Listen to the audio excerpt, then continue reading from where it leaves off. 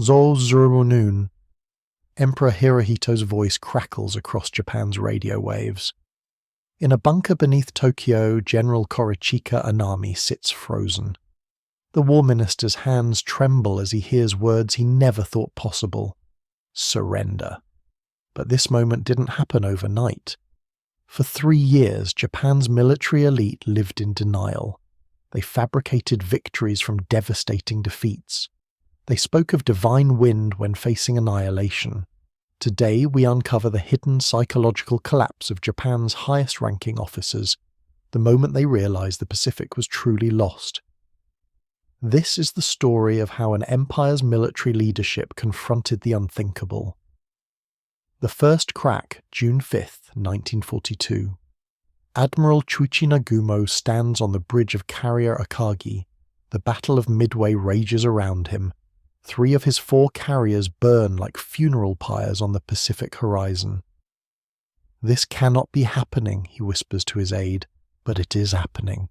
In 4 minutes, Japan loses more naval aviation strength than in the previous 6 months of war combined. 128 aircraft, 2,155 irreplaceable pilots. Most devastating of all, the myth of Japanese invincibility dies in those flames. Back in Tokyo, Admiral Isoroku Yamamoto receives the battle reports. The architect of Pearl Harbor knows immediately what Midway means. He summons his chief of staff, Admiral Matomi Ugaki.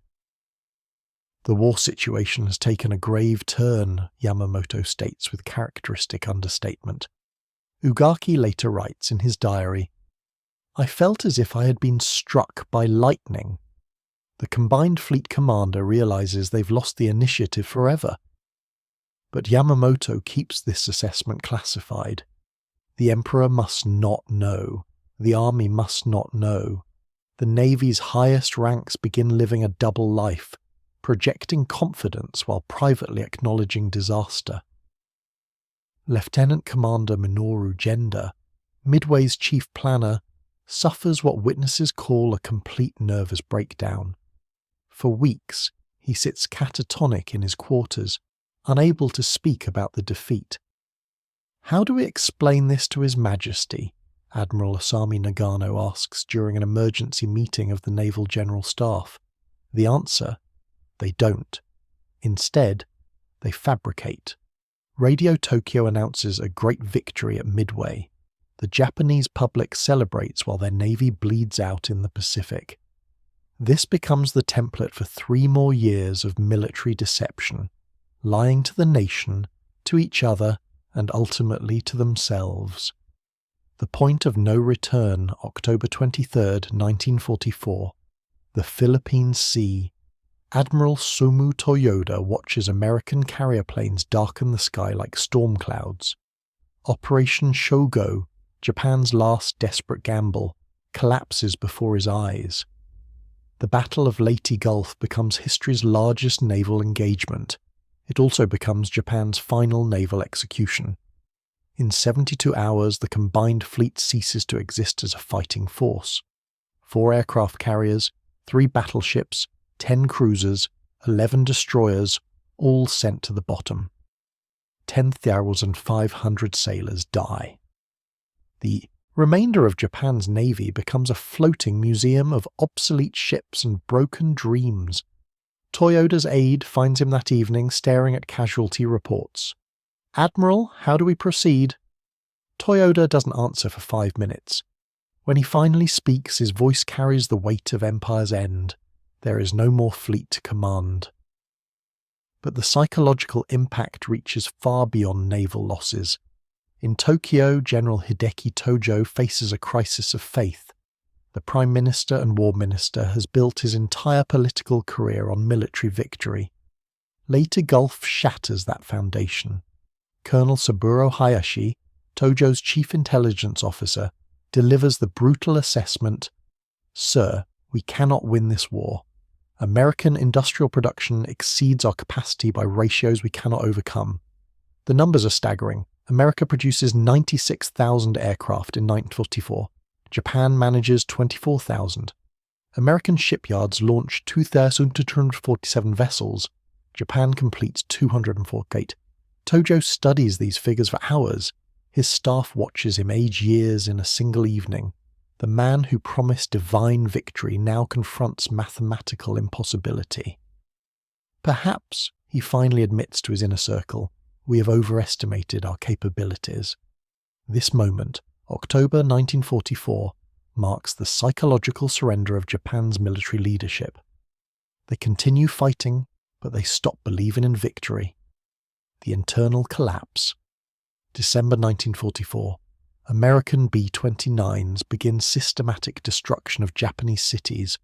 Each bombing raid becomes a fresh psychological wound for Japan's high command. They cannot intercept the super fortresses. They cannot protect their own homeland. The warrior code that defines their existence crumbles under American steel and fire. General Yoshijiro Umesu, Army Chief of Staff, develops what subordinates call the 1,000-yard stare. He sits through staff meetings in complete silence, occasionally muttering about shameful failure. Foreign Minister Shigenori Togo begins secret peace overtures through Soviet channels. But he must hide these efforts from his own military colleagues, who would execute him for treason. The Japanese leadership splits into irreconcilable factions. The death cult, led by War Minister Anami, they demand national suicide rather than surrender. 100 million dying as shattered jade, they call it. Fight to the last Japanese civilian.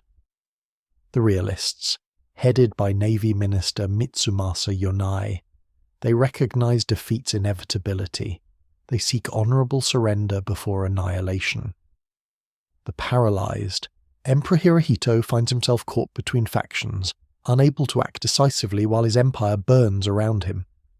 February 19th, 1945.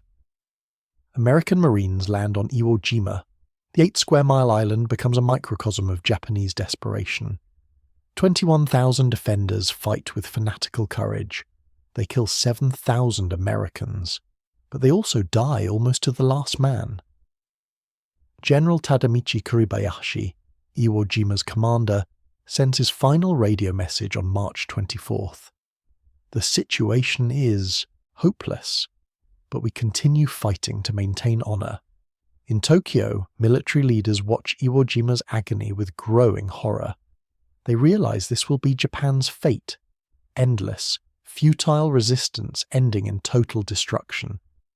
Admiral Kantaro Suzuki, the new Prime Minister, confides to his secretary, "We're already dead. We're only choosing how to die." The Emperor breaks August 6, 1945, 8:16 a.m. The atomic bomb detonates over Hiroshima. Emperor Hirohito receives the report 3 hours later. He reads it twice, sets it down, and walks to his palace garden. Guards later report finding him standing motionless among the koi ponds for over an hour. The Son of Heaven has witnessed the birth of a new age, one where his divine authority means nothing against atomic physics. August 9th brings worse news. A second atomic bomb destroys Nagasaki. The Soviet Union declares war and crushes Japan's Manchurian army in 5 days. War Minister Anami makes one final appeal for continued resistance. Death before dishonour. The spirit of Japan cannot be destroyed. But Emperor Hirohito has already made his decision. In the early morning hours of August 10th, he tells his military advisers the war must end immediately. The room falls silent. Several officers begin weeping. General Anami, the death cult's leader, bows deeply and whispers, "Your Majesty's will shall be done." That night he commits seppuku rather than witness surrender. Other high-ranking officers follow Anami's example. Admiral Takijiro Onishi, father of kamikaze warfare, slices his abdomen open and bleeds to death over 17 hours, refusing medical attention. They choose death over dishonour, but some choose different paths. The final reckoning, August 15th, 1945. The surrender broadcast. Admiral Yonai listens to Emperor Hirohito's surrender announcement and feels, for the first time in years, relief. At least, he tells his aide, our children will live. General Umezu, who signed the surrender documents aboard USS Missouri, returns to Tokyo a broken man. He spends his remaining years in silent isolation, refusing all interviews about the war. Admiral Toyoda, the last combined fleet commander, becomes a Buddhist monk. He spends decades in meditation, seeking forgiveness for decisions that cost millions of lives. The psychological autopsy reveals a leadership class that recognized defeat long before admitting it. They continued fighting not from hope, but from honor, a code that valued death over surrender, courage over pragmatism. Their tragedy was not military incompetence. Japan's officers fought with skill and dedication. Their tragedy was cultural, an inability to accept that courage alone could not overcome industrial reality. In private diaries published decades later, these men revealed their true thoughts. We knew the war was lost after Midway, but we could not say so. Each day of continued fighting shamed us more, but honor demanded we continue. We chose to die as samurai, rather than live as defeated men. The Pacific War's final lesson was not about tactics or strategy. It was about the human cost of pride, how honorable men can become trapped by their own codes, unable to choose wisdom over warrior tradition. Japan's military elite realized the Pacific was lost long before August 1945. Their reactions, denial, despair, defiance, and death, tell the real story of an empire's psychological collapse. In the end, they faced the same choice that has confronted defeated leaders throughout history: adapt or die. Most chose death. The few who chose adaptation helped rebuild Japan into a peaceful, prosperous nation. History remembers the brave, but it honors those with the courage to choose life over honor, hope over pride. The Pacific may have been lost, but Japan's future was saved by leaders wise enough to recognize when the war must end.